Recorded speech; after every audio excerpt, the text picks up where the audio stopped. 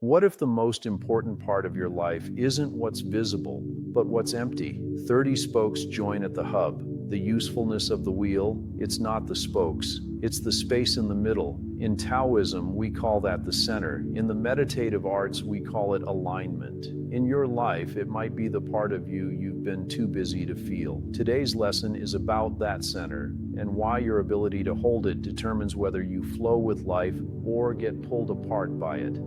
Chapter 11 of the Tao Te Ching. 30 spokes join at the hub. Their use for the cart is where they are not. When the potter's wheel makes a pot, the use of the pot is precisely where there is nothing. When you open doors and windows for a room, it is where there is nothing that they are useful to the room. Therefore, being is for benefit, non-being is for usefulness. The invisible center that holds everything together. In chapter 11 of the Tao Te Ching, Lao Tzu doesn't speak in riddles, he speaks in real-life metaphors.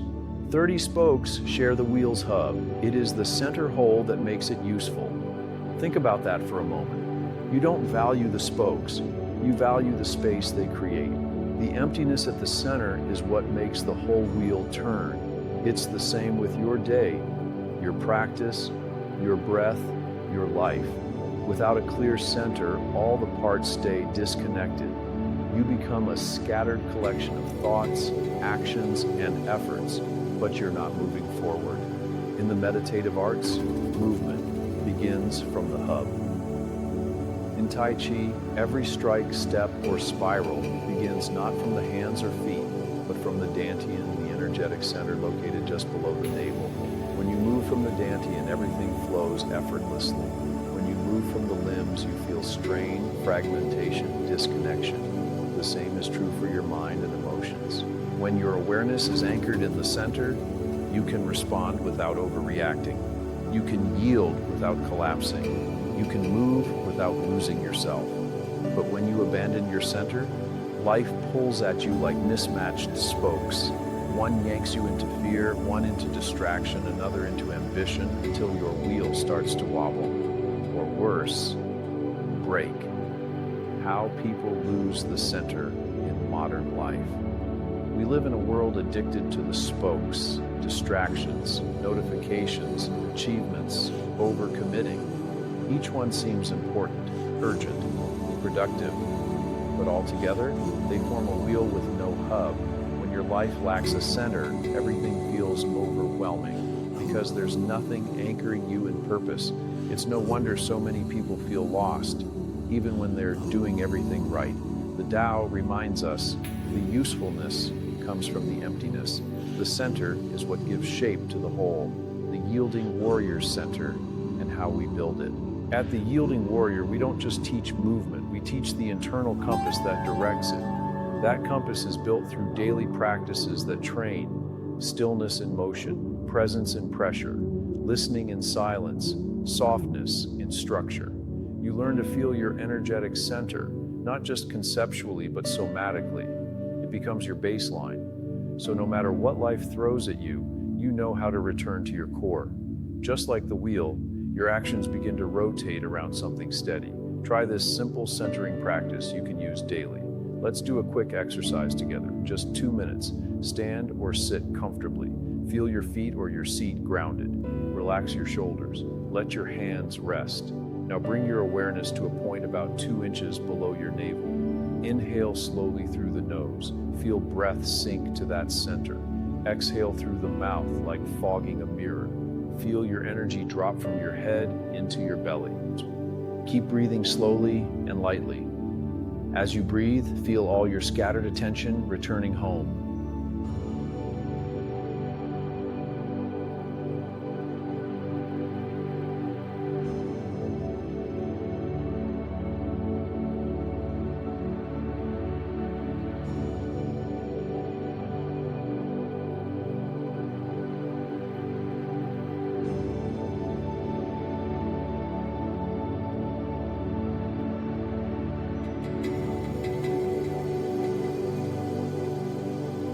Visualize this Dan Tien as the hub of a wheel.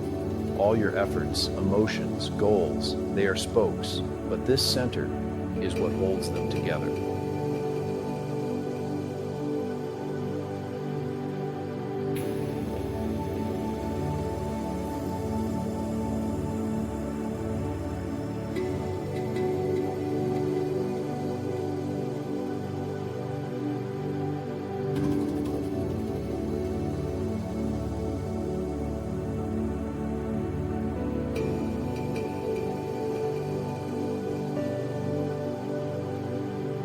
Take a few more breaths, then gently open your eyes. Why centeredness creates power without force. Lao Tzu ends chapter 11 with a simple insight. Being is for benefit, non-being is for usefulness. This is the paradox of the Tao. It's not what's added that gives you strength, it's what's absent. You don't need more pressure, you need more alignment. You don't need more input, you need more inner space. You don't need to find yourself, you need to return to center. This is the strength of the sage, the clarity of the master, and the practice of the yielding warrior. Here's a challenge for the next 7 days. Before you make any important decision, or in business, family, or training, do a 60-second centering pause. Put your hand on your lower belly. Breathe into your Dan Tien. And ask, am I acting from my center or reacting from the spokes? Just 1 minute of this a day will start to reorganize your internal wheel, so that your actions, words, and intentions all start moving in the same direction. And when that happens, you don't just roll through life, you flow with it. The Tao doesn't tell us to control the spokes, it tells us to trust the center. So take a breath, feel your center, and let everything else rotate around that. Because in the end, your true power lies not in what you do, but in what you return to. Stay centered, stay aware, stay yielding. This is the Tao of the wheel.